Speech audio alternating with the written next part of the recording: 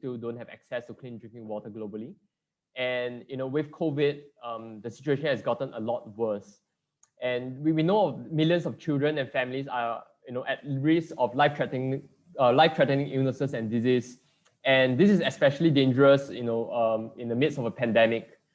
Over the years, Wateroam has improved health outcomes and saved lives through providing water filtration solutions. And we empower people living in disaster hit regions and developing regions with clean water worldwide. So the motive of this webinar is to be able to help you provide the information to be able to enable you guys to be able to do something about the situation on the ground.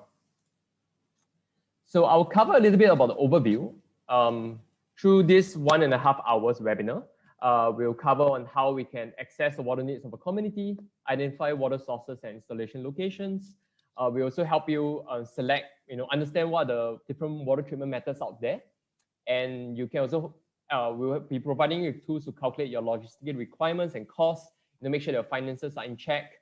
And we'll move on to, talking about how we can monitor, evaluate, and do post-implementation evaluation. This will ensure that whatever you do can be assessed on its effectiveness, and this will optimize your intervention methods that you'll be putting in.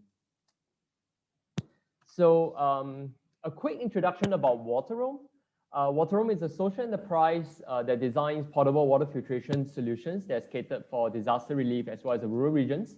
Our goal is to build a world without prolonged thirst, and we intend to do so by improving the life and living and livelihood of individuals all around the world. And this is through the provision of clean water and through the advocacy of water knowledge and water awareness. Since it started in 2014, we've been around for about 6 over years.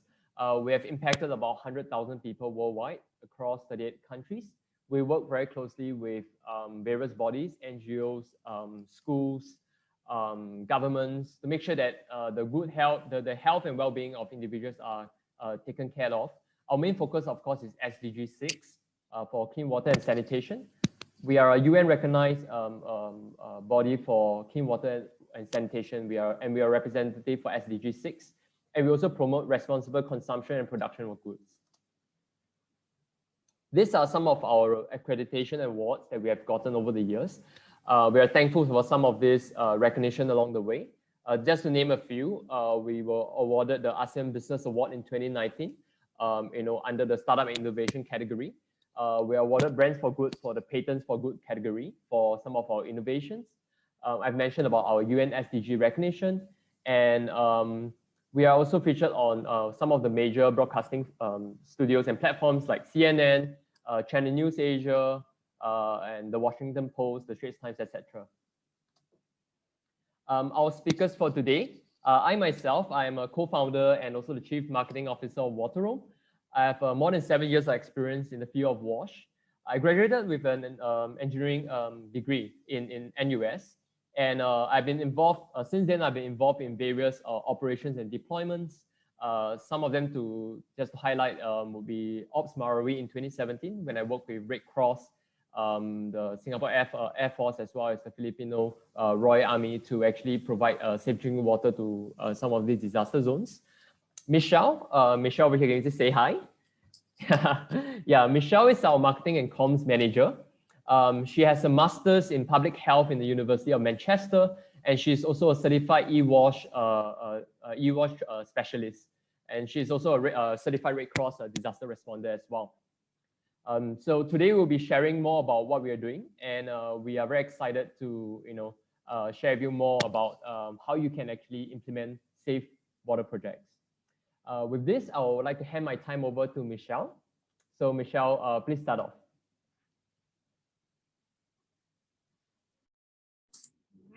Thanks, Chong Tee. Hello, everyone. Welcome. Thank you for joining us today. I think this is more than we expected, and we're probably a little bit overwhelmed. So like you said, bear with us. This is very exciting. If at any point we're talking too quickly or too slowly, just let us know and we'll try to alter the pace. But we do have so much that we want to share with you today. So we might talk a little faster than is ideal, but just let us know if we need to slow down a bit. All right, so the current water situation. So part of observation and gathering is to understand what is happening right now. As much information as you can get now, the most you can get is the best, because what that's going to do is help you as you start to assess potential opportunities or possibilities for the type of treatment you can use. So understanding what the current water sources are, what they're being used for, how they're accessed, and what existing issues are is all going to be helpful as you start. So if you've never done a water project before, speaking with the people that you're going to be working with or that you're going to be providing water to or treatment for, whatever this is, get them involved from the beginning. And I already jumped ahead of the slide because this is so important, it needs to be mentioned now. So they're the best people that can tell you what the water situation is. I let you know whether the current water is getting treated or processed, how much it's costing, if it's free, is there a distribution network. Knowing all of this and where things start will help you identify what can then be incorporated into a new water project. If there's existing infrastructure that can be used, or if there's problematic infrastructure that you don't want to use. Understanding this will let you know why it needs to change, where you need to put your focus. So if there are chronic or reoccurring health issues among the population, that's also going to be a key indicator to identify what the problem is that needs to be treated, what the contaminant is that needs to be treated. So we have created resources for you, and these are just a handful of the questions that are included in this resource. And they're guiding questions to help you gather as much information as you can possibly get from the beginning. The population. So this is the other extremely critical amount of part of information that you need to get. How many people need clean water?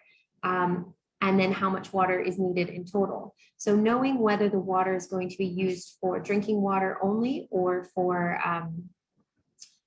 bathing, washing, cleaning, everything else, that will help you identify the amount of water you need. There are international standards that are in the SPEAR handbook, and the most updated one is 2018. And this is also going to be included, and we'll touch on this a little bit further as well, that let you know the amount of clean water per person per day that is recommended as a minimum. And for all of these activities, it's 15 liters of water. If it is purely drinking, 3 liters per water. But that's a minimum again, and depending on the types of populations, so vulnerable populations that may need more water, or if there's hospitals, health clinics, schools, or religious buildings that might need more water, there are minimum requirements for that as well. And these should all be considered as you start to calculate how much water you need to be providing to this community. And again, I have bolded, have the members of the community been involved? The best way to ensure sustainability is to involve people that are going to take over this project and empower them from the very start. So having them get involved from the beginning are going to help you identify what their needs are. But something else that you might identify are certain behavioral tendencies or social norms that might actually contribute to some of the contamination.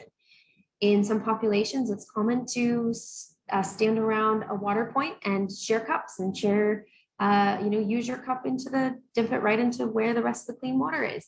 That's something that can contribute to contamination. So observing, identifying, communicating, and understanding the current needs, the current contexts are actually going to help create a better foundation to start building the actual project off of. So we've actually included a community profile and mapping worksheet that's in the resource we're going to give you. This is just a way that you can record some of the most crucial information and have it laid out right in front of you so you can reference it when you continue working and building the project, identifying the treatment types or what certain possibilities might be. So if the population is widely spread out, you might need a different type of distribution network than if they're all located in one cluster around a school. So these are all things that need to be considered because every situation is very different. we can't exactly tell you what your context might need, but what we're hoping to do is give you the tools that you can use to guide you to get the answers for your exact situation. We've got another poll for you because there's a lot of detail that will be included in this resource, a lot of questions. So what we're looking to know is how much of this information do you normally collect before deciding a treatment plan? So do you actually, well, many of you maybe haven't implemented a water project so far, but if you have, do you normally collect this much information? I can see already as some of these come in, sometimes collecting can be a challenge. Some people, some organizations collect more, that's been mentioned, which is good because I've touched on a few of them, but the more you can get, the better, because that will really help you as you continue to build the project. All right, we'll let the poll go for a little bit longer since only 30% of you have voted. What I am happy to see is that nobody has said we collect less than this because we don't think it's important. So that's a good indicator that everyone knows that information is key. All right, so I am going to end the poll shortly. So what we can see is that actually not as many people collect as much has been mentioned. So hopefully when you do get the resources that we'll be sending this week, you'll see all of these different questions that you can ask. Not all of them will be relevant to each context, but hopefully it will kind of get your brain going to see, maybe there are other questions that maybe we didn't include that actually are more valuable than you realized previously. So once you have all of the information gathered, water assessment, quality indicators, and treatment. So there's a lot that's going to be covered in this section. I'm going to cover part of it, and Chong Tee is going to cover the other part, so you don't just get sick of hearing one of us talk too long. So as I mentioned before, the Sphere Handbook mentions standards. So depending on the climate, the individual psychology, the needs, whether it's for food or social and cultural norms, or even different types of hygiene practices, the requirements can vary. The minimum requirements can vary slightly, but you should always aim to be providing more water than these minimum requirements, because sometimes things occur where just things happen. Sometimes, if one day the water source dries up and then you've got less than 3 liters per person per day, that's not what you want to have, because the whole point of this is to make sure there's flowing, sustainable, and reliable source of clean water. So the Sphere Handbook actually is full of all sorts of minimum requirements. So we definitely recommend checking it out, but it will also be included in the resource. We'll have a link to it. So selecting the water source, quality and quantity.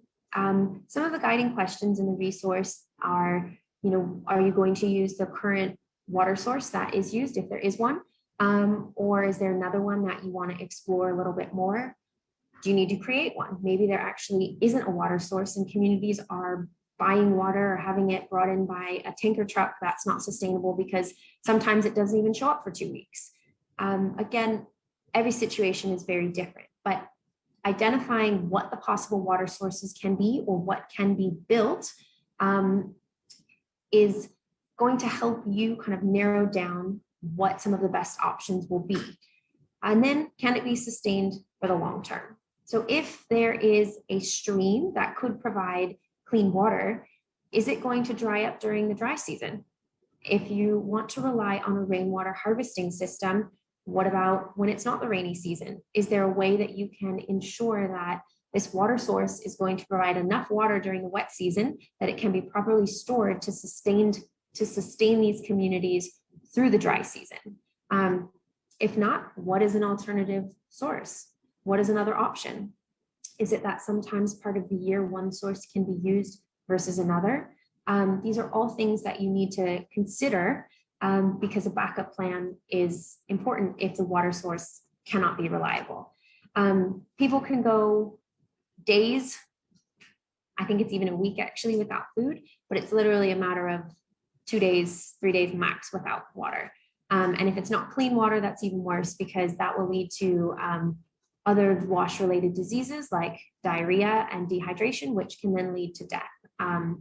So on that note, actually, contamination. So the water sources that you're looking at using, are there any visible signs of contamination? Using your eyes, can you see what some of these sources of contamination could be? Does it look like there's an algal bloom? Does it look like there's dead fish? Is there a nearby latrine that's flowing into it? Is there a factory or agricultural fields that could cause chemicals or pesticides to flow into it? Because knowing what can potentially contaminate your water source will help you identify what you might need to treat for. Because you don't want to choose a water source that has these potentials for contamination if there is another one that doesn't have these potentials for contamination. And then you know what is going to consistently be in that other water source. So some of these categories of water sources can be rainwater, seawater, groundwater, or surface water. With groundwater, a lot of the time, those will be boreholes or wells that are being created and built into a community. Surface water will be your rivers and your lakes, your streams. They'll have different types of potential contaminants. So even though biological contaminants can contaminate, in theory, any of these freshwater sources, you may have more heavy metal contaminants in something like groundwater than you might have in surface water. But if there's a stream that's flowing past a field where there's visible pesticides, you're likely to have some of those chemical contaminants as well. Seawater is, of course, a water source if desalination is able to happen, but it's very resource intensive, and it's likely to be the least potential method of water treatment or as a water source for a lot of rural communities. There are some possibilities out there, but we're not going to talk about those much today, since most of the things we've worked with, most of the situations we work with, seawater is not really an option. Water quality indicators. So using your eyes, that's a good way to see contaminants, but there's a lot of things that you can't see that can contaminate your water. So clean water needs to be free from radiation, pathogen-free, aesthetically acceptable, and chemically safe. The types of water contaminants are broadly spread out across these three categories, where you have biological contaminants, chemical contaminants, and physical contaminants. And each of these types of contaminants require different types of treatment. So biological contaminants are the ones that are most likely causing illnesses like diarrhea or vomiting. So if you know that there's the community you're working with already has extremely high cases of something like cholera, chances are the water sources are being contaminated with these biological contaminants. And it's likely that the sanitation is affecting that water source. So this will help you identify that fecal pollution is ruining this potentially potable water source, and it's making people sick and causing extreme outbreaks. And these are something that are very, very common in refugee camps, displaced populations, after emergencies, where there isn't a reliable water source or clean water source available. The viruses that we might be more familiar with, like hepatitis A or rotavirus, coronavirus, they can be transmitted a lot of different ways, but having clean water is something that helps to prevent the transmission of these also. So water hardness is a common water issue, but it's actually not a hazard to your health if you consume it. It might not taste nice, but it can damage some of the appliances. It can damage your hair and your clothes. And so in many cases, a softener is needed to help treat this. But the other chemical contaminants like inorganics and organics, arsenic, lead, mercury are extremely dangerous. And these are things that might not be available or might not be visible until you actually test the water for them. Some of them might cause health issues in small amounts. Some of them might cause health issues in large amounts. But either way, you don't want anyone to consume these. So in the next section, when we talk about water testing, these are part of the reason why it's important to test for water, because although contaminants can be visible, many of them might not be visible until they are causing people to be sick. And physical water contaminants.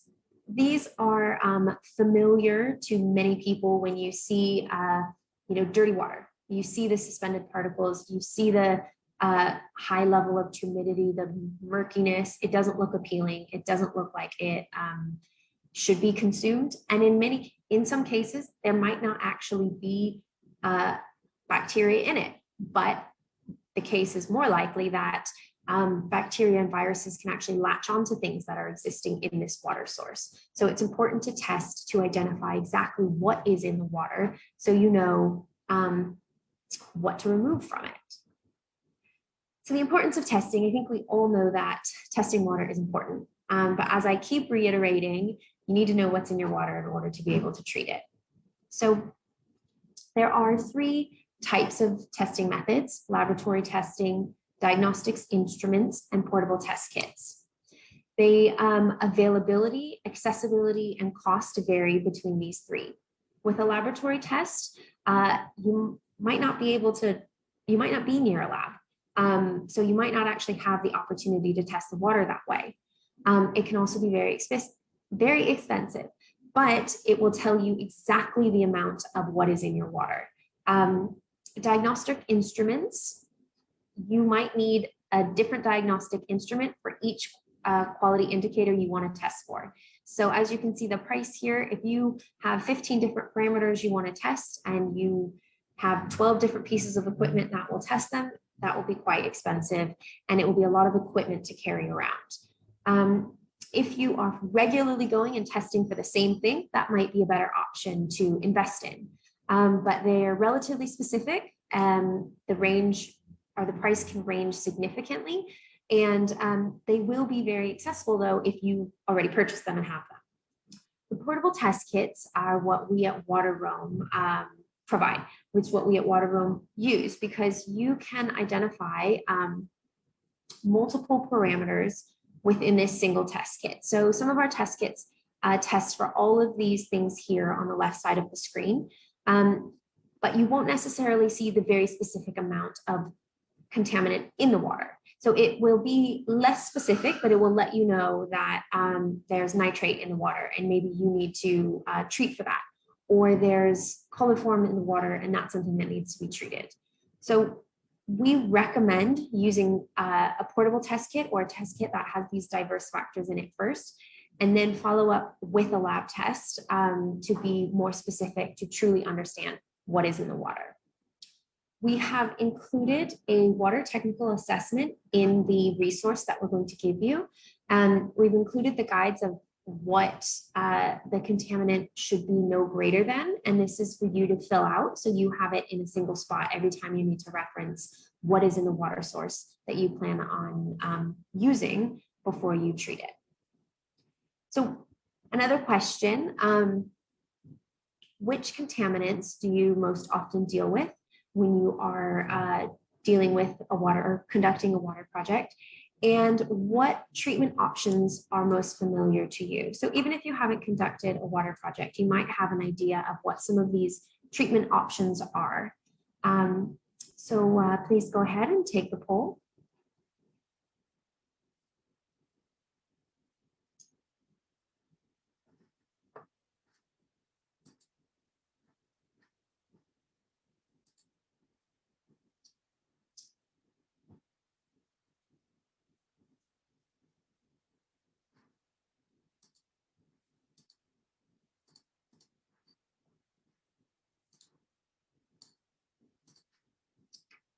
All right, so biological contaminants are the most familiar of the 3, but I can see that most people have a general idea of kind of biological and physical, or all 3 of them, which is great.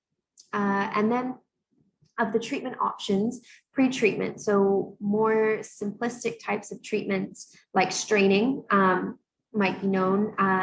But I can see as well that a lot of the post-treatment options like chlorination and boiling, or all of them, which is fantastic as well, because that will make it easier when you're trying to figure out what treatment type to use. So I am now going to hand it back over to Chong Tee to take you to tell you about treatment and distribution.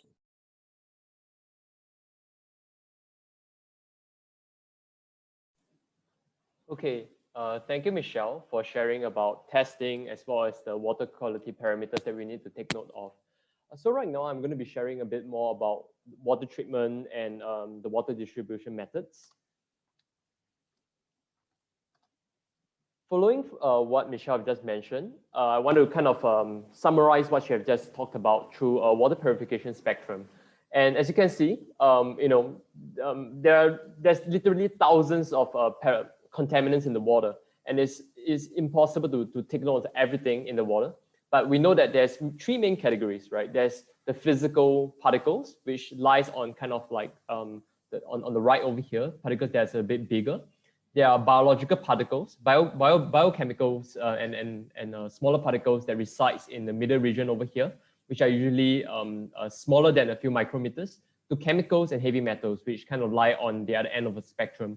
And as you can see, for the larger particles like sand, leaves, dead leaves, and sometimes animal carcasses, they lie on the right side of the spectrum. They are usually bigger, and they could be removed by, say, straining, screening, and sometimes microfiltration. But as you move down over here, you start to see things like bacteria, you start to see things like protozoas, viruses, rotaviruses, and of course, coronaviruses like COVID-19. So these bacteria, these microorganisms are a lot smaller, and they can't be arrested by conventional treatment methods. They will require more complex filtration systems that will be able to capture them and prevent them from getting into our water system. Beyond the ultrafiltration, micro and ultrafiltration range, we go into substances like colloids, metal ions, and salts. So these are particles that are extremely tiny. They are tiny chemical constituents that can be arrested by things like water filters. So this is where we'll require kind of assortment of treatment methods to make sure that we are able to remove them from the water. For the treatment process, there's mainly three phases. So there's a pre-treatment phase, the treatment phase, which includes the primary and secondary treatment, as well as the post-treatment phase. For the pre-treatment phase, we are primarily focused on removing suspended solids and physical debris. So all the coarse particles we talked about, sand, rocks, this is what pre-treatment is doing. And the purpose of doing so is to make sure that the longevity of the system downstream can be maintained and prolonged. So what we are very concerned about for pre-treatment is often things like turbidity, things like suspended solids, and we want to make sure that they are all getting rid of before it goes into the treatment phase. For the treatment phase, we are very focused on harmful biological and chemical constituents. So just like many of you have answered during the poll just now, we want to make sure that bacteria, viruses, protozoas, pathogens are removed from the water. And in this phase, we're also looking at things like maybe organics, total organic carbon, which could cause taste and odor issues. And for treatment, usually it includes a very wide range of intervention methods. Lastly, we go into post-treatment, which is an additional layer of disinfection for the entire treatment train. So this includes things like remineralization. If you pass through a system such as RO or desalination, your water might become too pure, so you would need to remineralize some of them. And also, this is where chlorination and UV treatment is done. This is to make sure that the water could be stored for a longer period of time, especially if we need to distribute them. So one thing to take note of is that when it comes to water, there's no one-size-fits-all solution. And the solution we choose, the technology we choose, is always selected based on the composition of the water. So for pre-treatment, we are talking about removing various kinds of contaminants, physical contaminants. So on the left-hand side, you see things like the larger debris. This could be removed by straining, through metal strainers or cloth materials. And as you move down the spectrum, you realize that the suspended solids might not be able to be arrested by things like sedimentation, settling, or screening. So you require some form of a simple filter to catch up, to remove some of these smaller particles. But once it goes into the area of colloids and suspended solids, which you might get a lot in waters from surface water, for example, you would need to use chemical settling methods like coagulation and flocculation. So things we use in this case are, alum and iron salts. These are a way to kind of flocculate these materials together and let it settle so that we can remove them effectively. And for the type of pre-treatment methods we use, the size of particles is commonly associated with increasing level of turbidity. So if there's just mainly large debris in the water, like well water, for example, most of the time you may just need a simple screening effort to kind of remove the grass, the dirt and leaves that's on the water. But if you're talking about water from river water source or water near the mouth of a river, where there's a lot of this runoff and nutrients entering the water, you need to use methods such as coagulation or microfiltration to prepare the water for the later treatment phases. This is a summary on the different treatment methods that's available. So as you can see, I mentioned earlier, for turbidity, for the parameter of turbidity, we are using pre-treatment. So this would mean straining, screening, coagulation we have talked about, and sometimes we use microfiltration to kind of remove the water, so remove the turbidity in the water. Bacterial is one of our key concerns, as most of you guys have raised up during the poll. And the most effective method to remove bacteria and coliform in the water is still ultrafiltration. Coagulation and microfiltration removes it partially. And especially for coagulation, what it does is it kind of absorbs everything together. But the thing that for bacteria and some of these particles is that they are really tiny and small. And there's a high likelihood of it actually staying in the water. So by using ultrafiltration devices, we'll be able to cut down the amount of coliform in the water to the lowest possible number. For hardness, Michelle had mentioned previously, we can use water softeners to treat them. Sometimes there might be excessive levels of chlorine in the water, right? So we know chlorine in small amounts is good because it makes sure that the water has a residual disinfection properties. But if there's excessive amount of chlorine in the water, it's important to remove them using methods like activated carbon or sodium metabisulfate. I will touch on a few other areas. So for example, if we have high TDS levels caused by things like nitrates and nitrites, we'll need to use a deionization filter. So deionization filters use this process called ion exchange to remove some of these salts from the water. Of course, we can also use reverse osmosis. But as Michelle had mentioned earlier, it is very expensive and very energy intensive. So selecting these options will often depend on the circumstances we are in. Lastly, just to touch a little bit, taste and odor can be caused by organic compounds, and activated carbon, right, whether it's granular, powdered, or block activated carbon, are very useful in making sure that the water tastes better, have improved taste, especially when it comes to a treatment train. So right here, I want to do a quick example to illustrate some of the tools, some of the frameworks I've shown you earlier. So let's give for example, we do a test on well water. And after doing the test, we detected a moderately high level of coliform, nitrates, and TOC, total organic carbon in the water. We heard of the locals and the community also complaining about a faint grassy smell in the water. And even though the water is quite clear because it's like a shallow well, sand particles are often collected when the water is disturbed. So in this scenario, what can I do to treat my well water? So the first way we can do it is to remove some of the physical particles first. The first step in making sure that the water is good for treatment is to make sure that it is mostly clear and it doesn't have some of this larger debris in the water. So by using straining and settling, we will be able to effectively remove some of these coarser physical particles in the water. Coagulation might not be needed because, as we have mentioned, most of the dirt is caused by the disturbance of the shallow well, right? So a method like straining and settling would be, sedimentation would be enough. You could add microfiltration as good measure, just in case some of the particles might kind of get sucked up the pipes and hoses and things like that. To remove the bacterial, it would be best if we use ultrafiltration. And we can also do chlorination at the end for good measure. Because the villagers complain about things like smell and odor, we want to use an activated carbon filter to be able to remove some of these things in the water. So activated carbon works through a process called adsorption, and is able to attract these organics to the activated carbon surfaces very well. For nitrates, TDS is caused by high nitrate and nitrite level. We can use a deionization cartridge and using the ion exchange process to remove some of these things in the water.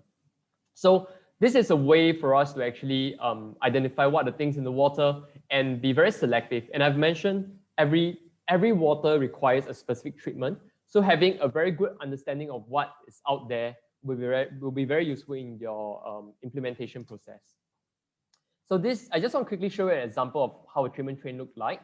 This is a project I did for one of our Indonesian partner, a Rotary partner. And you can see, like normally the water is first collected in the tank. So the tank acts as some form of a pre-treatment, because if there are some sand and dirt that is kind of like collected in the water tank, some of them will settle down. And where you get the water is usually slightly above the bottom of the container, the receptacle, because you don't want to absorb all the dirt that is settled at the bottom, right? So the water is then, it passes through a pipe or hose and it enters the primary treatment area. This PP is a polypropylene filter, which is used for microfiltration. And then you use activated carbon to remove some of the taste and odors before passing it through the deionization device to remove the ions like the nitrates in the water. And then finally, to make sure that the water is free of bacteria and viruses and microorganisms, we pass it through an ultrafilter. And in this case, we set it up in a parallel fashion. This is just to make sure that multiple water stations can be set up in the village and people can get water from various water points. Right. So throughout our journey working with these different organizations, we have also designed our own water filter. The ROAMfilter Plus is our flagship device. We designed it to be a highly modular and manual water pump. This means that the water filter could be used in emergency settings and disaster zones where there might not be any infrastructure available, because the water filter as a hand pump is able to pressurize the system and provide clean water in these areas. The ROAMfilter Plus also utilizes ultrafiltration technology. It is able to remove things like bacterial down to viruses, so like rotaviruses and even coronaviruses from the water. So in case of things like fecal contamination in the water, we will be able to make sure that the water is actually removed and free of these pathogens.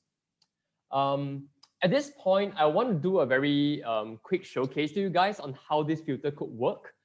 So we have kind of a mini setup ready right now, and I'll be using it to showcase to you how our filter can work in in a rural setting. Just let me just switch my microphone. And right. Can you guys see me over here? And can you hear me loud and clear? Okay, great. So this setup is to actually showcase to you how ultrafiltration works and how you can actually create clean water in a setting where there's no available electricity and no available infrastructure. So over here, this bucket over here is to simulate water source. As you can see, the bucket contains water that doesn't look immediately drinkable. It contains a lot of dirt, and you suspect that there will be a lot of bacterial and protozoas that's being trapped over there. You can see that in our setup, we make sure that our hose is half inserted into the water, right? By inserting half in the water, we are not absorbing all the debris and dirt and contaminants that have settled at the bottom. This is how this is the purpose of settling, right? You want to remove some of the coarser and bigger particles that could kind of clog up your system. Okay, and then the hose goes right into the system, right, where it passes through a membrane. So over here for the ROAMfilter Plus, we actually have membranes embedded within the water pump. This is to ensure that you're able to filter out the dirt and not just pumping the water through a system. We have a mock-up system over here that is transparent. This is just for purely demonstration purposes, but you can see that they're actually fine membrane strands, right? Straw-like fibers that's actually in the system. These membranes are used to filter out the small tiny particles in the water, and we'll be able to showcase to you in a short while how this is done. At the bottom, we have also added a pre-filter. There's a pre-filter compartment over here. There is a small microfilter that is able to remove some of the bigger particles like leaves and sand and grit. And that makes sure that the main ultrafiltration device in the system is actually free from some of these larger particles. Okay, at this point, I will quickly showcase to you how the filter works. So yeah, there's a piston over here, right? You can just gently pull this up. So I'm doing this in a kind of like on a table, just so that you guys can see it. But in the actual situation, we'll be actually doing it on the ground, right? With the filter kind of like in between my legs. So once the piston is open, you can just turn on the tap over here. Okay, gently press on the filter and kind of just let the filter do its processing and purification work. So as you can see, in just a couple of seconds, you'll be able to filter out the water, dirty water, and get clean water from this process. Just taking a sip, after talking so much.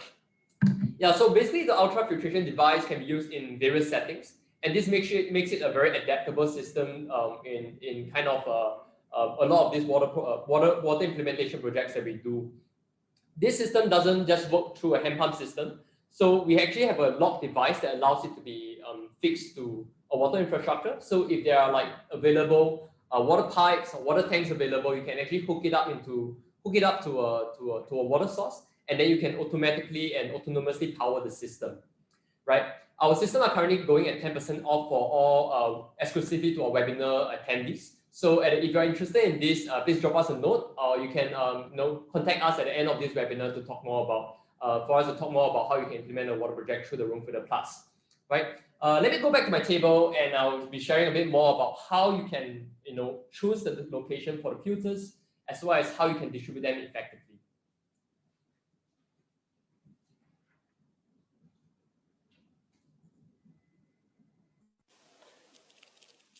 So I hope the transition is smooth. Yeah, please just allow me to share my slide again so that you can see the presentation. Okay, everything good? Okay, great. Yeah, so after understanding what are the treatment processes that's needed, the next step is to actually select the location for the water treatment. When it comes to selecting the location for the water treatment, we need to look out for things like basic water infrastructure. So things like tanks, pipes, the distance, how far are they located from the community. We need to take advantage of the existing terrain and existing water sources. So Michelle had mentioned earlier that if there is a water source that they were already using, use that water source, because that is the one that is most likely the one that is already kind of filtered through the generations of users have been using. But of course, by putting a system there, you ensure that the system will be, the water that's going into their homes will be even cleaner. It is also important to take advantage of existing infrastructure. So if there are places like schools, community centers, religious grounds, these are communal locations that is ideal for the setup of a water treatment plant. After identifying the location for the water filter, we will look at the next thing we need to take note of is distribution and accessibility. The distribution method can vary depending on ground constraints, but it could be done by say self-collection, or it could be done through the use of piping. A lot of them depends on the limitations and as well as what's available on the ground, the resources available on the ground. The selection of communal grounds that I've mentioned earlier will also ensure equitable distribution of water. And every community that is getting access, that is going for a water source, shouldn't be more than 500 meters away. And that's kind of like the sphere standard recommended maximum distance that a water station should be positioned from a community. When it comes to distribution and storage, it is also important to use methods such as chlorination to do residual disinfection in the water.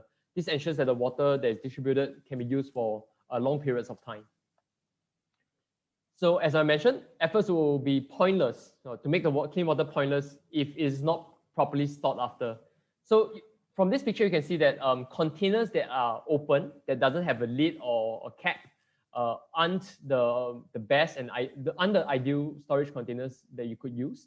It's best to use narrow neck containers and receptacles or water bottles with caps to prevent recontamination of the water. These are just some additional WASH considerations you should have, right? Because when we talk about water, it's not just about treating the water. There's also other things that surrounds water. So things like water wash diseases, from the improper hygiene kind of awareness. If people are not aware of washing their hands, they might get waterborne illnesses. Water-based transmission of diseases is very common as well. And vector-borne, something that I think a lot of us are very familiar with.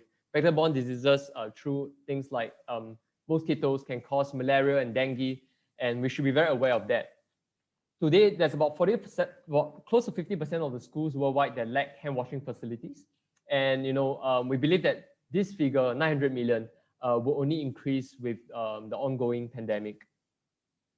So wash practices shouldn't be done in isolation of hygiene promotion and sanitation awareness.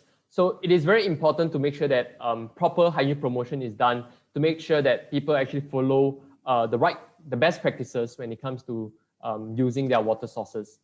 And of course, when it comes to sanitation, is about having the community buy-in to get them to use these resources effectively so that children in the area can fight diseases and grow up healthily. Now I'll just talk quickly about budgets and cost calculations, because financial consideration is always a very important aspect of planning a water implementation project. When it comes to budgeting, there's 3 key categories that we need to take note of. The capital expenses, which are the fixed costs, the operating expenses, as well as costs that might be related to monitoring and evaluation. For capital expenses, they mainly involve the infrastructure, like the water purification units for pre-treatment to post-treatment, the infrastructure costs, like if there's any need for water tank, testing and monitoring costs for the instruments or the test kits. For operating expenses, they usually involve the manpower involved in maintenance and caretaking of devices and so on. So the cost of water purification and overall water treatment may not vary widely depending on how the water is distributed, but the cost of supporting infrastructure or operating expense may vary depending on the local requirements. This is just an example of a budget calculation sheet that we will be providing you in a few days' time. So most of the planning consideration would revolve around things like water management, things like the population and the community needs. Over here, you can see that the cost when it comes to implementing a project can differ based on how you actually distribute the water. So for example, for self-collection, and distribution through piping, there will be very different kind of items involved in this process. So the budget allocation sheet that we'll be providing for you will help you to manage your finances better and prepare for any kind of, to make sure that you're covering all your different needs when it comes to implementing a water project. And the last part that I'll be sharing will be the project implementation part.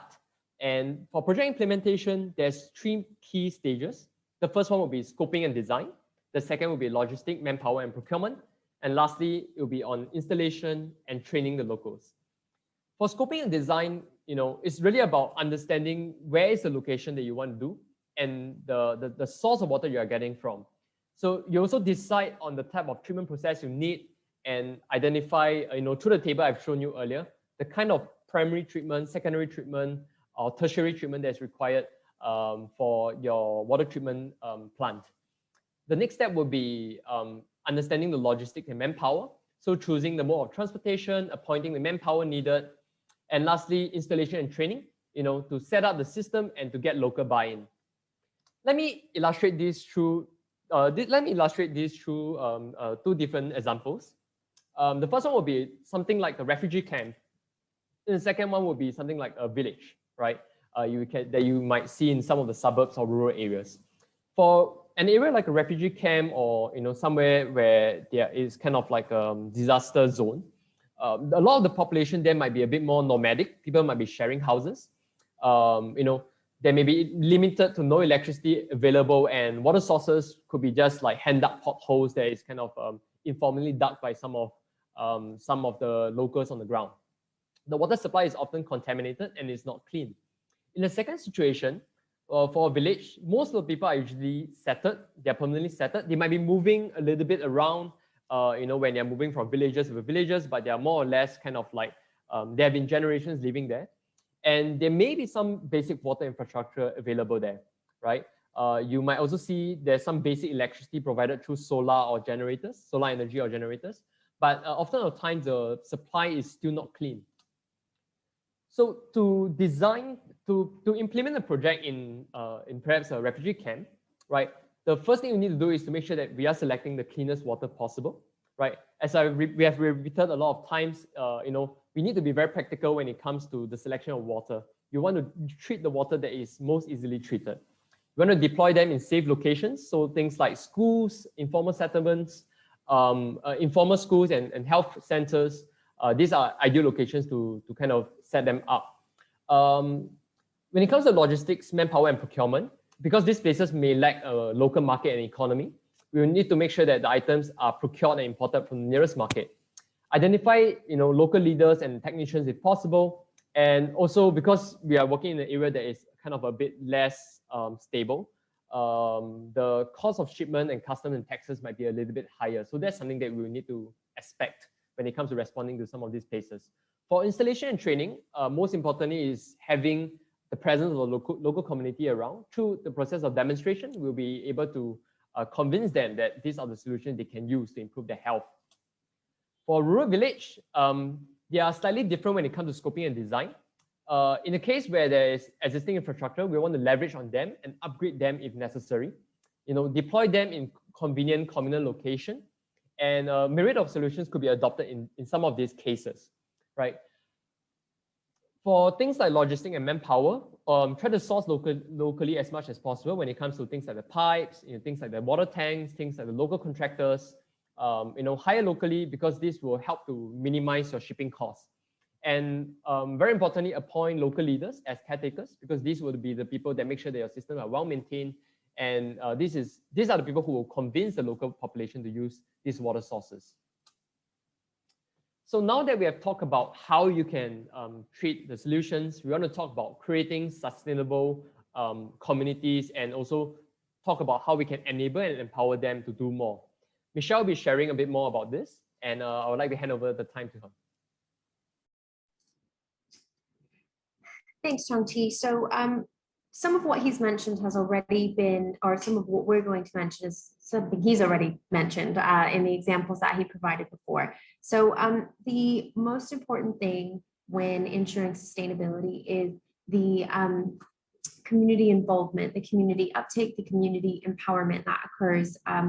And that can only happen with their involvement from the beginning, and kind of a proper integration and handover. So in the picture that he showed previously, actually, he mentioned one of our champions is on the call. They have a really fantastic method of ensuring sustainability, and it's one of our best examples. Yeah, so I'm actually really glad she's here. We were able to show that. So establishing rapport with key stakeholders. So by this point, that should have already happened because the community should be involved. But some key stakeholders could be influential residents, like a village head or a religious leader, a doctor, individuals who are respected and who have a say, who can also help to take responsibility of the system or ensure that someone else does. In this case, it could be that a caretaker is employed by a local NGO or paid through the community, a community collection, to make sure that the system, the treatment, it's continuous, it's ongoing. And if there are any issues, they can be reported to whomever needs to be able to tackle those issues and fix them. That can be done through effective communication platforms. So using localized communication channels is one of the best ways to do that. Don't try to instill a new way of communicating. If they don't regularly use WhatsApp, don't try to force community members to pick up something that they're not familiar with. I know Facebook Messenger is something that's used quite frequently. That might be the best way to continue these open lines of communication that you want to continue. And this is one of the best ways to get updates about how the progress is going, how the systems are working, if anything's broken, if it's not working at all, if people are still getting sick. So you need to keep those lines of communication open to be able to collect the information you want when you evaluate and monitor things later on. setting up local workshops and demonstrations are a way that you can hand over the product knowledge and WASH knowledge, so including hygiene and sanitation, to community members if it's not something that they're familiar with already. So practical trainings and demonstrations can show community members and empower them to be able to fix systems if there's an issue. If something does get damaged slightly or cracked, empowering them with the ability to be able to fix it on their own or how to get it fixed is something that truly helps integrate this into something that will have a lot more longevity in this community. If it's a matter of, if they reach out to you and you're responsible for maintaining that, fixing whatever the issue might be, there could be delays, there could be problems in how fast someone is able to fix it. And that could lead to people consuming unsafe water. So if there's a way to create an efficient and regular communication, that's best. And then allowing people to understand how they can help improve the system or how they can help fix it will ensure that it can continue on through the future. And then you can continue working on additional projects in other communities that need help with the earlier parts of this, of creating a water project. So establishing social contracts and creating long-lasting relationships will all be built through this process, and exchanging information periodically. So these all kind of connect together. A set of questionnaires can be given to the appointed community leader. It can be that you request information every month or two. Could be that you use data that's already collected by a health center. But knowing this in advance is better, and being able to collect some sort of baseline data is better, so you can compare the two against each other to make sure the project is working as effectively as you want. So as we move into monitoring and evaluation, one common assessment is that people will automatically use the improved water source provided during an intervention, and that might not be true. There have been studies that show that treated water isn't used because a household prefers a source that's closer, or they prefer water straight from the source. Every context, every situation is different, and it takes understanding the community from the beginning to learn what might increase the chance of uptake.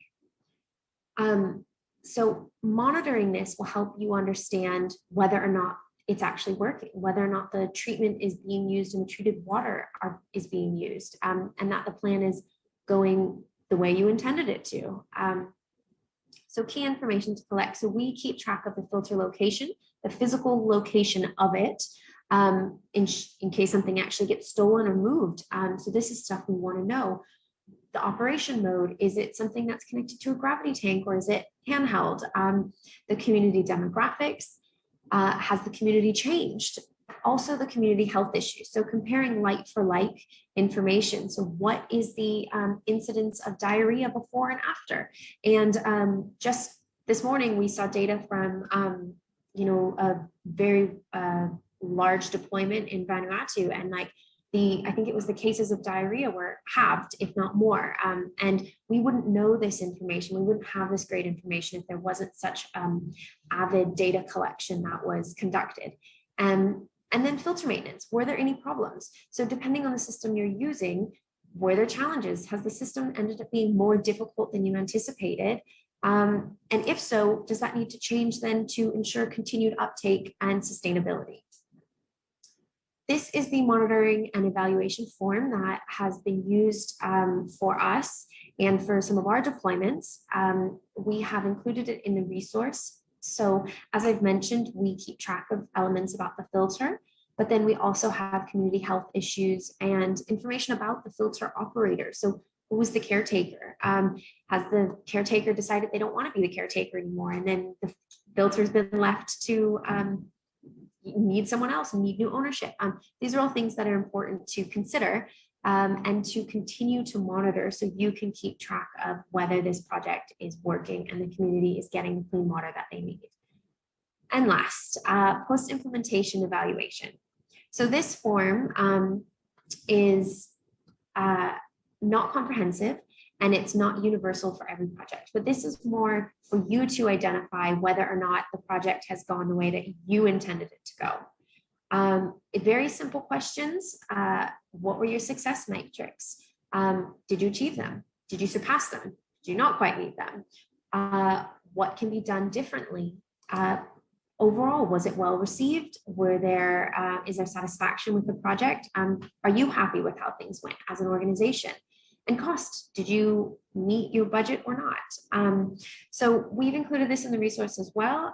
It's something for you to personally self-evaluate and then learn from. It's something that we continue to do. We continue to iterate and change and improve, because that's the only way you can make sure you're really providing the best opportunities, the best treatment methods for the communities that do need clean water. So that was a lot of information in an hour and 5 minutes. Thank you for bearing with us. We have one more poll that we want to ask for us so we can self-evaluate. Did you get what you wanted out of today's webinar? As this poll is up here, I'll also switch to this page here, which is our contact page. We are going to continue with a Q&A now, so we're going to stay on here. But the QR code here will take you straight to our contact page. So you can contact us, book a consultation, speak with us more about whether or not we can help you meet the needs that you are trying to meet. Chong Tee, is there anything else you want to add? I can see now as the polls are coming in that almost all the answers are that you guys learned a lot, and you've pretty much gotten all the information that you want, and you're looking forward to the resources. So I'm very happy to hear that. Yeah, I'll hand it over to Chong Tee then. Yeah, I'm starting to see a couple of questions coming in, and I would like to encourage everyone, if you have any sort of questions or anything that you would like to clarify, to to raise them up in the chat group. Please send it publicly, because we have a team behind us, kind of like managing the different questions, so that we can help to answer the various questions if there's any shared questions or shared interests. So I think the first question from Martin. Hi Martin. From Step Up Philippines. Does your team not purchase drinking water anymore, since you have the technology to turn water into drinking water? So the answer is yes. In our office, right where we are, we don't really buy water. We actually use the ROAMfilter Plus to actually filter the water and get our to kind of meet our daily needs. So yeah, that's how we actually get our clean water. Thanks for asking. That's something that I think is very that we're really doing right now. I think there's another question. Will this recording for the session be shared to us? Missed the first half. Question from Iris. Iris, no worries. The session is recorded, and we'll be sending them to you over the next few days. Just check out your, the email that you sign up with. We'll be using that to send you any additional information and resources. And please check your notification, because sometimes, when we send out these mass mailers, it goes into your inbox. It goes in your notification inbox instead of your main inbox. So just look out for it. We'll also be sending you all the additional resources. So if you remember, we will be sharing you some of the technical assessment guides. We'll be sharing with you the budgeting kind of checklist. We'll be sharing with you the project implementation guideline, as well as how you can actually monitor and evaluate your projects in the future. Most welcome, Iris. Next question. Do you have any experience of project implementation in India? Question from Hitan, right? Hitan. Hi, nice. Thanks for the question. We have worked with a couple of partners in India before, and we have worked previously with Xylem Corporation to do a couple of pilot projects in India. We also responded to one of the floods in Chennai in 2016 alongside with Relief Singapore. So we have kind of involved in some operation, but most of our efforts are kind of centered more around the Southeast Asia region. But of course, we'll be very interested to talk to you on how we can implement, a future project there in India as well. Okay, I see a couple of, we have an organization called BGRI, an NGO that actually deployed in India before. And we kind of have a local partner there. So should you be interested in doing something in India, just let us know. Vismin of Compassion, Vismin mentioned May I know if there are some intervention in the the same intervention in Philippines? Okay, so for the Filipino market, we have worked with various organizations before. I mentioned earlier that I kind of took part in the Maori operation in 2017. We have a couple of people who use our system to filter water. We have actually a lady who actually set up a kind of like micro business selling water bottles through that area, and we have various projects over there as well. Yeah. Future Water Asia. I may have missed this piece of information, but what is the volume or capacity of a device per hour? Great question. Our device is able to produce about 200 liters of water, 200 to 400 liters of water per hour. I'm not sure if you've see it during the demo, but with every kind of like stroke of pump you do, you are able to produce about 500 ml of water. So that is really fast. So typically in 1 hour, you can get at least 200 liters. If you connect it to a pipe, you might be able to get up to 400 liters of water. So anyway, on the question of Philippines, we do have a partner in Philippines as well, and we have a couple of pilot projects. So if you're interested to know more, drop us a note, and then we will have our kind of like regional sales manager talk to you on how we can do some of that. Any insights, lesson learned, recommendation in your team when it comes to WASH implementation during the COVID-19 pandemic?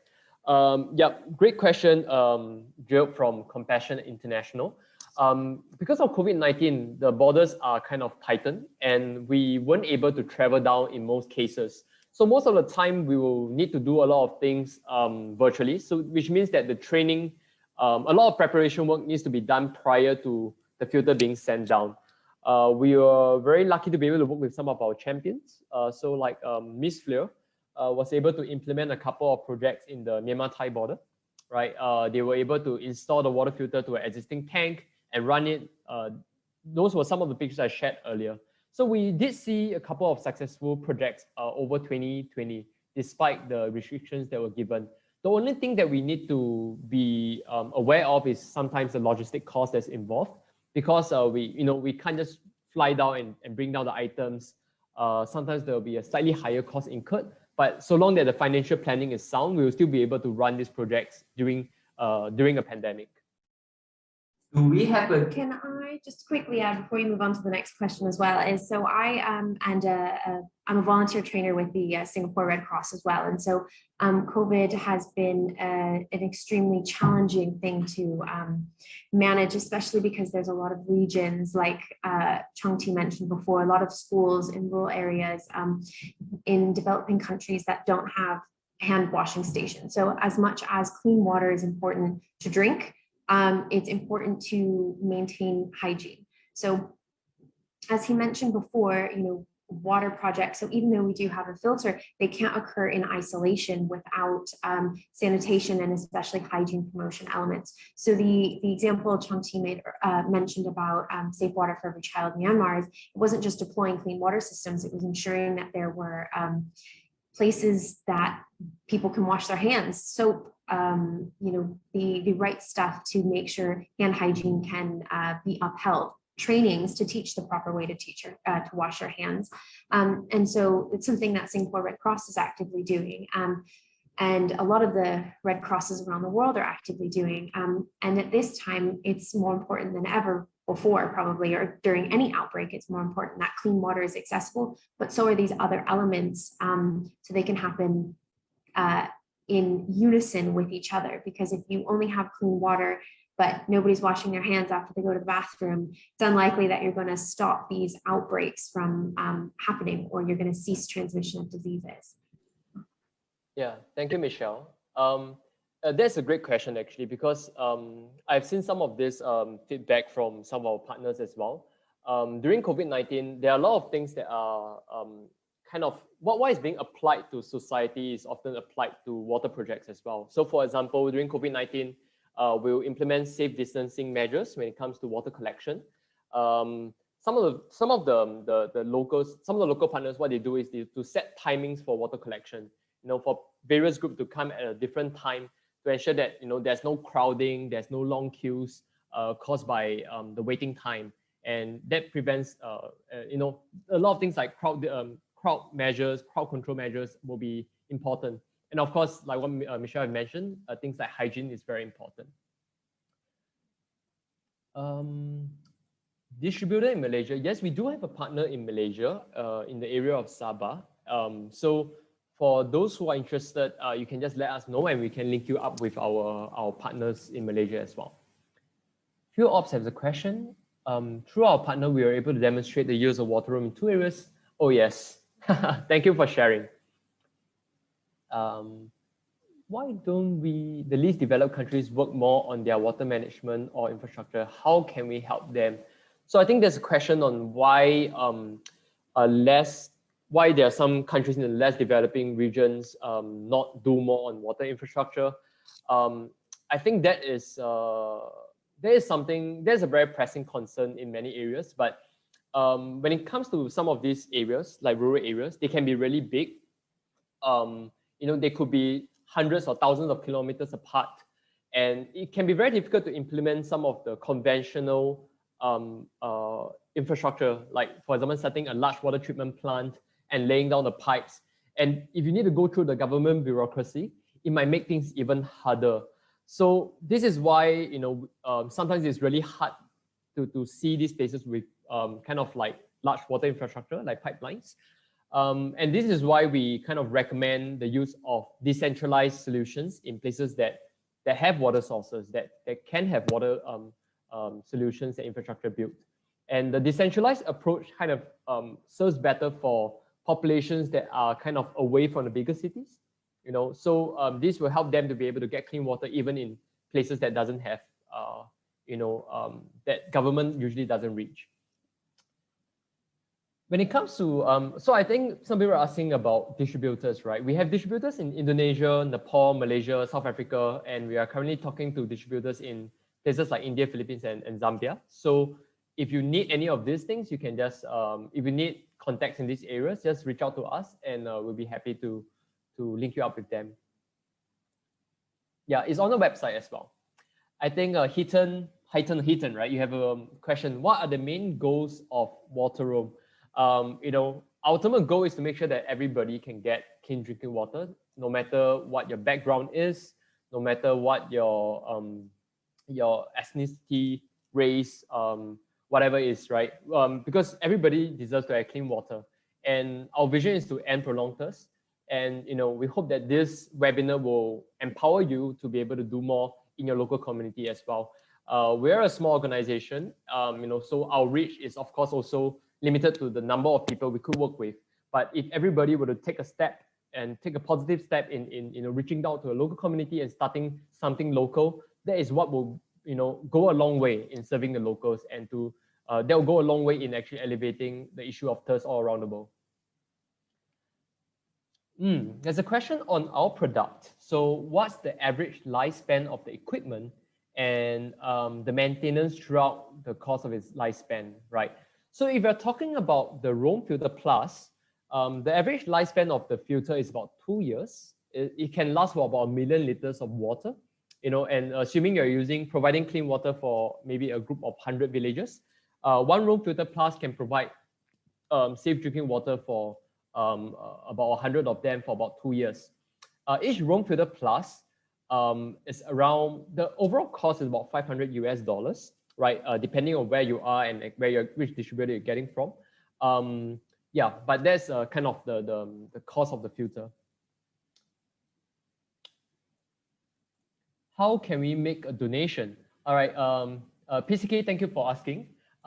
We have a support us page on Wateroam. So you can actually go to Wateroam, go to our support us page, and you can contribute whatever amounts you would like to.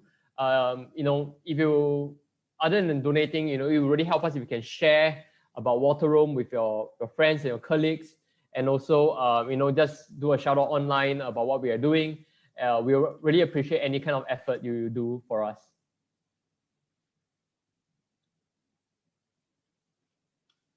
Yeah. Is there any other questions when it comes to our solutions, or if there's any other things that I can help to clarify for the presentation.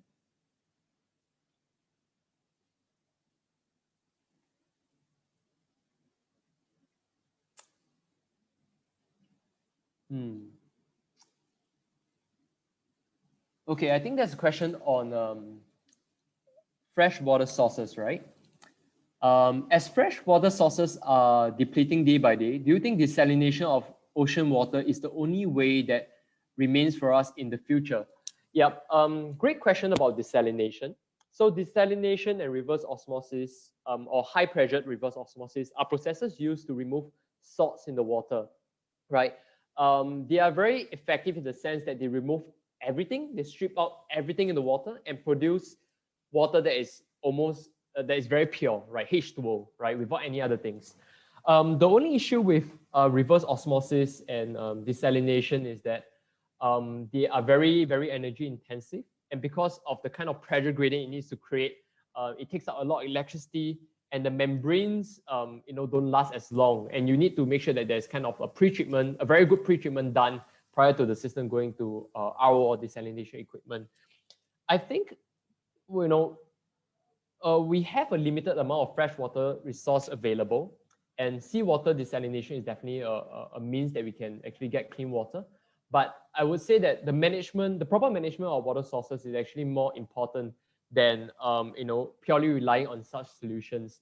In a place where, for example, if it's a desert or there is literally no water source around, and there's only seawater, the only way for us to get clean water is definitely through these sources. But in the case where we have water sources around, what's very important is to preserve and conserve these water sources and to manage them well, and to make sure that this water can be used for future generations. Nerlan Salam mentioned, can you please repeat the cost of the pump as well as the maintenance parts as well? Probably also depends on location. Okay, so the price of our system depends on the location and availability of our distributors, right? Usually the cost is around $500 US, right? But based on where you are, the price might differ slightly. For the maintenance of the system, there are very simple steps you can do to make sure that the system is well maintained.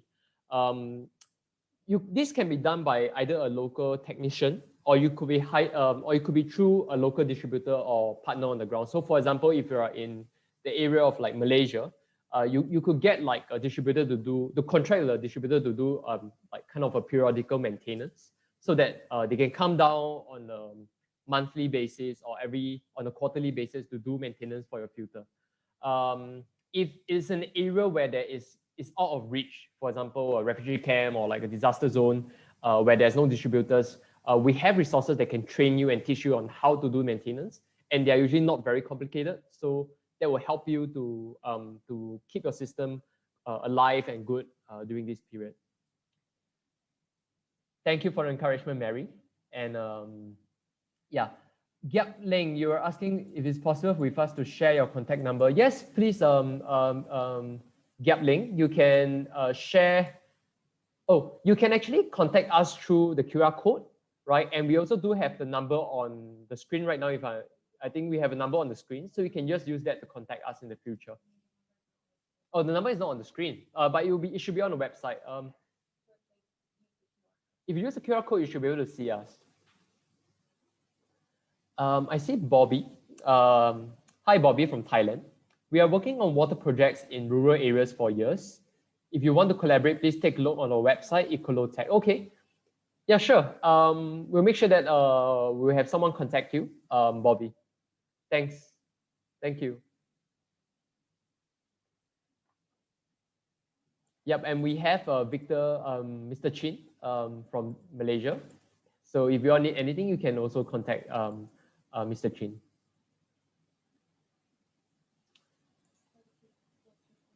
Okay, we have a few questions on how to replace the system. So I mentioned that the core filter, so let me just pick it up from here.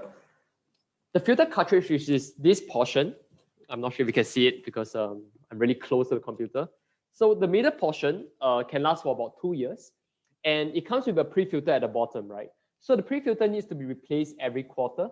but every set of our system comes with about 4 of them. So that will make sure that you are able to use the system for a good 1 year. Just a basic one of them can last you for at least a year. So does the filter remove essential minerals from the water?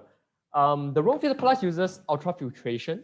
So it removes most of the harmful particles like bacteria, viruses, protozoas, all these pathogens. It retains the minerals in the water. So that is kind of an advantage it has over RO, because RO strips everything out, including the minerals, which makes the water very susceptible to acidification. In the case of an ultrafilter, most of the minerals will be retained in the system. So that makes sure that your water doesn't need to be remineralized in the later stages. How do we ensure that marketplace accessibility, hygiene, Yep.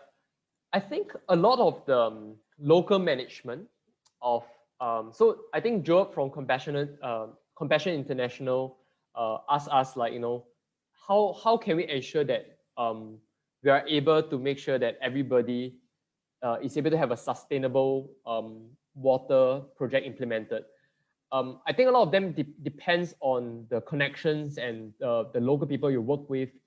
Going in with a plan will allow you to actually streamline your processes when it comes to implementing the project. So that will make sure that you are able to cover the project a bit in a more robust manner. From my experience, even with a plan going to do this area, there will be hiccups along the way. That is very normal. And I think that's normal regardless of where you are, whether it's water or anything else. But with a plan, I think what it helps is to kind of create a backbone for a project and make sure that you can try your best to work with the local people to make sure that everything is working once it's set up. A lot of times what we do is we want to make sure that they're educated on the various fronts. They know what to look out for. And once that is done, we have to leave a lot of them to the locals, and we can only try our best to make sure that everything is smooth and commissioned well, and that's what we can do on our end. Okay, Philippines Department of Health. Yes, we'll definitely send the email to you too. Yeah, we'll be sending out all these materials to you guys in the next couple of days. So, we seek your patience while we are getting the materials ready for you. Right, Mary, thank you for the shout out and, for all the love you're giving us. Thank you.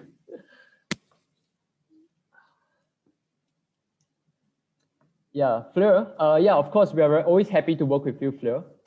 And we hope these materials will be very helpful for the future water interventions you're doing.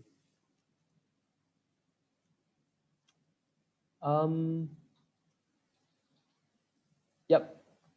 I think for the Filipino Department of Health, we will have our Filipino partner follow up with you as well. So after this webinar, we'll have our local partner will link up with you to talk more about how we can do something in the future, right? What are the technical challenges that we have encountered with our devices? Yeah, so at the end of the day, a tool is an enabler, right? It still requires the local people to be very aware on how to use it properly. When it comes to the setup of our device, we make incremental improvements to it. So for some of the older systems, right, there may be some challenges when it comes to maybe say the insertion of some of the parts, like the inlet and outlets. So we have made some of these improvements along the way. So some of these improvements along the way will help with the reduction of cases of maybe failures or damage to the system. Overall, our system runs quite simply, so it is quite smooth. So long we kind of like do some form of training, we show them the videos before they use the system. It is not too much of a challenge when it comes to using it well. And I think Michelle has shared a bit about our filter as well, because we see a lot of questions about how the filter works and how long it can last. So you can also refer to that one as well. So solutions like this would be very valuable to India. They have 52 billion. Yep. So we definitely hope that we'll be able to work with more partners in the coming year. and we really look forward to implementing more of this all around the world. Okay, I think due to time, I would like to kind of maybe take the last few questions. I really appreciate the kind of warmth and eagerness, for the passion from the crowd. I really wish I can answer all questions, but because of time, I don't want to hold back some of the rest of you. But maybe I'll entertain one or two more questions before we round out the session for today.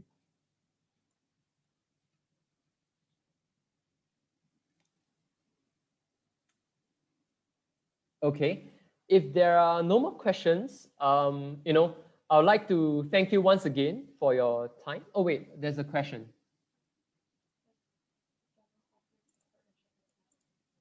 Okay. Okay, right. I think I'll answer the last two questions from Nerlan as well as Gap Ling. So the first one would be the general offers for partnerships and project implementation. What are our general offers? So as you can see over here, we come in as kind of like a WASH advisor for a lot of the projects, right? So, we'll guide you through in terms of how you can actually, do the testing, what are the things that you can look out for. Before you start a project, we'll run through all these things to make sure that you're ready, so that when your local partner hits the ground, or when you're identifying the type of beneficiary you want to respond to, you will have all the tools that's available. We also have champion programs. So for some organizations, you want to kind of work on a long-term basis with us, we can help to evaluate your plan and then see how we can actually implement some of these projects on the long run. So if you're interested in kind of like partnership type of project, you can let us know, and we can help you to link. We could link you up with like some of the various parties that we are already linked up with on the ground. So if you have any other questions, yep, please send it to the group. The last question, yep. So I think for Nerlan, we also share our materials freely. So we can schedule a call with you if there are any things that is required. We don't charge for consultation, because like what we want is to make sure that you have all the things ready before you execute anything. So that's something that we do on our part. Okay, I think lastly, I'll just answer the last question on the pandemic. Is there a possibility for micro entrepreneurs in developing countries to start business using Wateroam products? The answer is absolutely yes. We have partners who have set up small water treatment plants through our ROAMfilter Plus system to actually start a small business, right?